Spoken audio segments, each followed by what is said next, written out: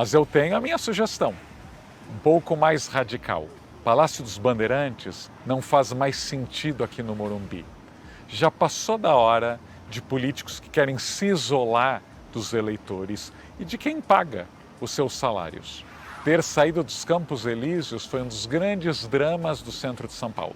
Se o governo do estado voltasse para os Campos Elíseos, a gente poderia, de cara, começar a resolver um dos maiores dramas dessa cidade, a Cracolândia.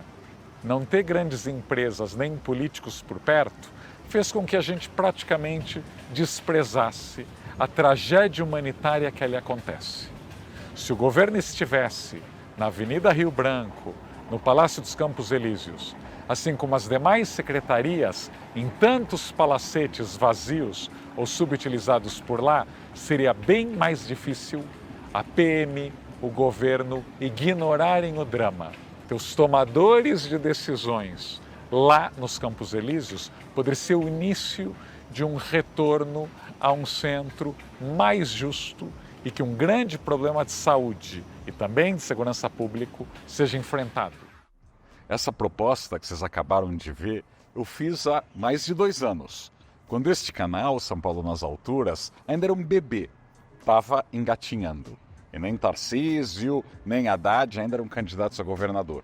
Mas parece que finalmente desengavetaram a ideia de corrigir um erro histórico que aconteceu em quase todas as grandes cidades brasileiras, que foi tentar abandonar a cidade já construída e construir algo do zero, de preferência distante, onde tudo seria perfeito e confortável. Bem, abandonamos o Rio para construir Brasília do zero, o próprio Rio de Janeiro criou a Barra da Tijuca e São Paulo fez o Morumbi, alfavilles, granjas e chácaras e abandonou o centro.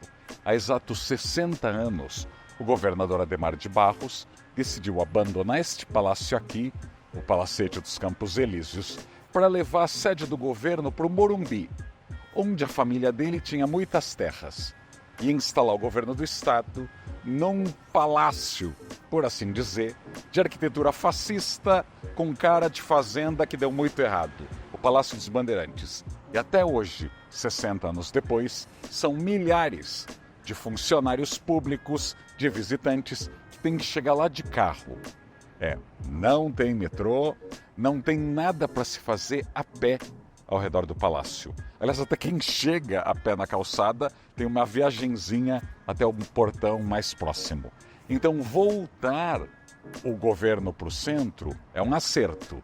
Mas como dizia Mies van der Rohe, o grande arquiteto que dirigiu a Bauhaus, Deus está nos detalhes. E o diabo também.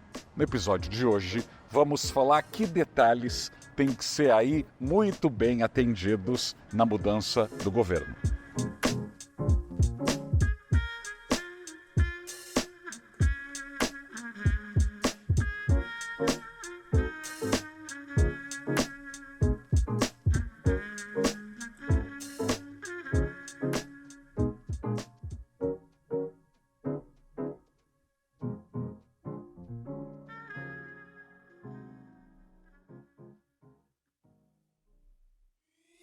Os Campos Elíseos são um bairro normal da cidade, não uma bolha para funcionários públicos.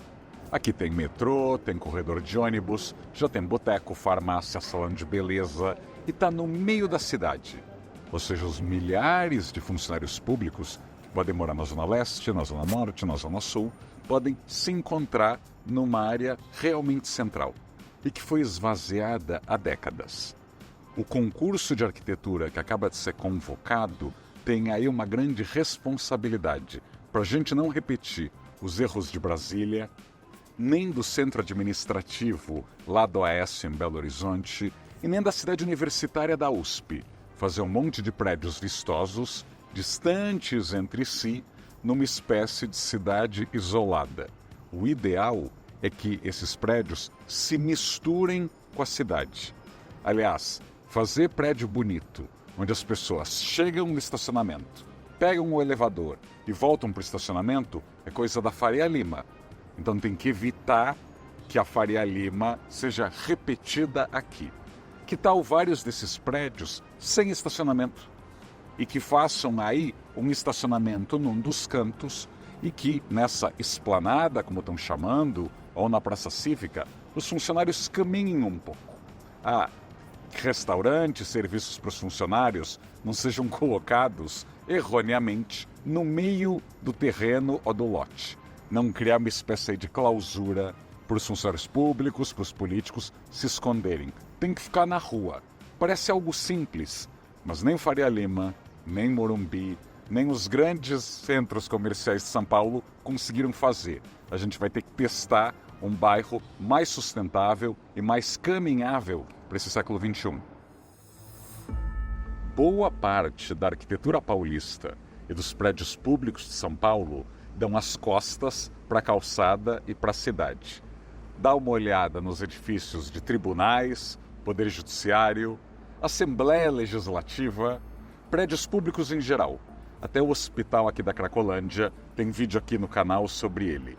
E mesmo prédios muito premiados da arquitetura paulista, o que todo mundo gosta, vão, rampa, piscina no topo, tem uma relação aí não muito generosa com a cidade ao redor. Do Centro Cultural São Paulo ao Sesc 24 de Maio, ao próprio Memorial da América Latina, quem está na calçada não vê quase nada. Para quem acha que só o bolsonarismo é rico em teorias de conspiração, eu ouvi diversas dessas teorias da esquerda dita progressista nessa semana. Não, fizeram de propósito para desvalorizar a área da Cracolândia, o governo está vindo para cá porque está tudo comprado, etc. Gente, vamos estudar um pouquinho de história. A decadência dos Campos Elíseos começou nos anos 60. Quem começou a decadência dos Campos Elíseos já não está mais vivo aqui para contar.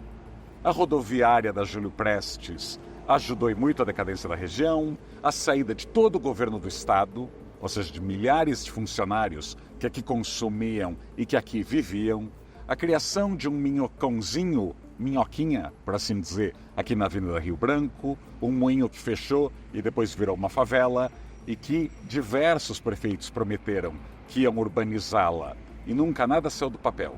Ou seja, são vários e vários motivos, como o próprio centro de São Paulo.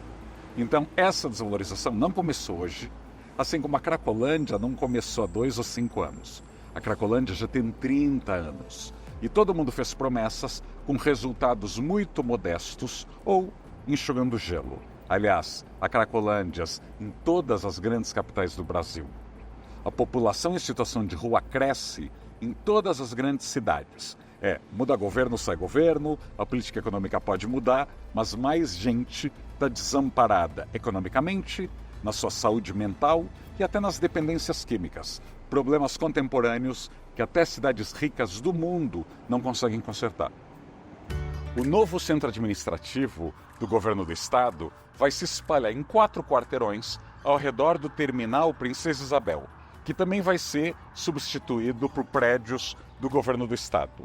No total, são estimados 22 mil funcionários trabalhando aqui ao redor da Avenida Rio Branco.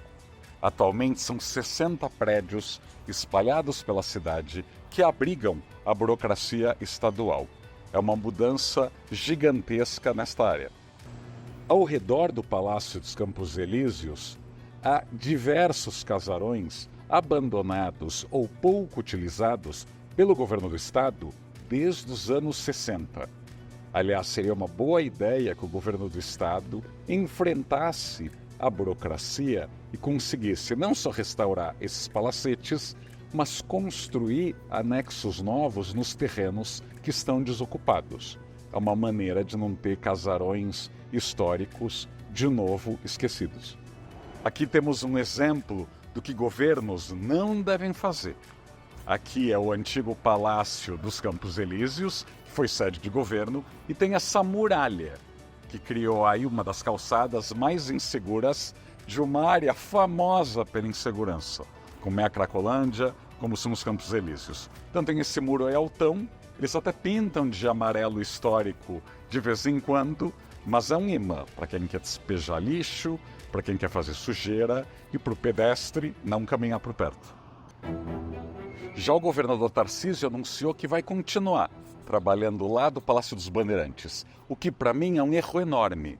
Manda um sinal ruim, que o governo vai estar dividido em 2 lugares bem distantes entre si.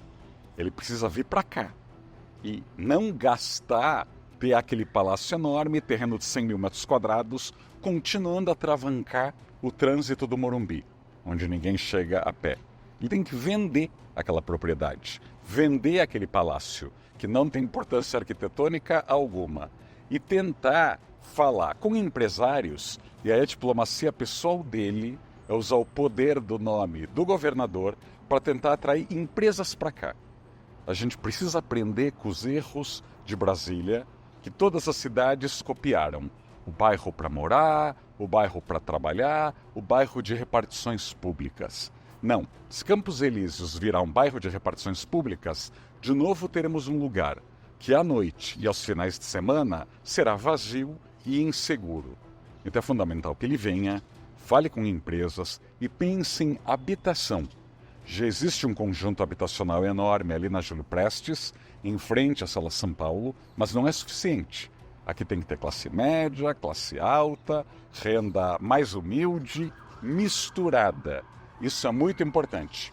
E para quem acha que primeiro a gente tem que resolver o problema da Cracolândia para depois mudar, é bom ter uma coisa em mente. A Cracolândia existe há 30 anos, provavelmente porque não tem políticos nem empresários que são obrigados a passar por aqui todos os dias. Acho que esse problema na cara vai ser fundamental para que a gente tente, pelo menos, políticas de impacto para conseguir reduzir essa tragédia que se arrasta tanto tempo em São Paulo.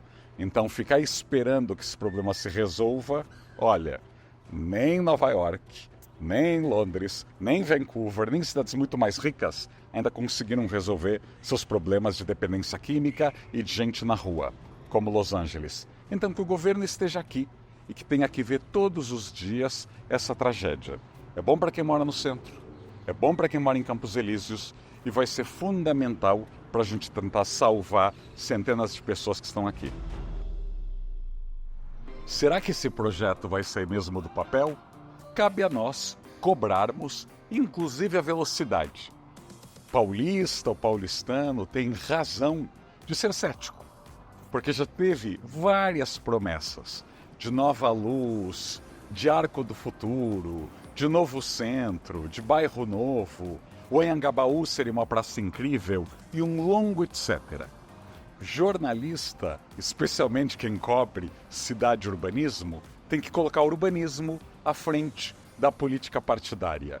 Então, independente de quem faça, quem sabe daqui a 8, 10 anos, talvez até mais, a gente veja esta região realmente melhor.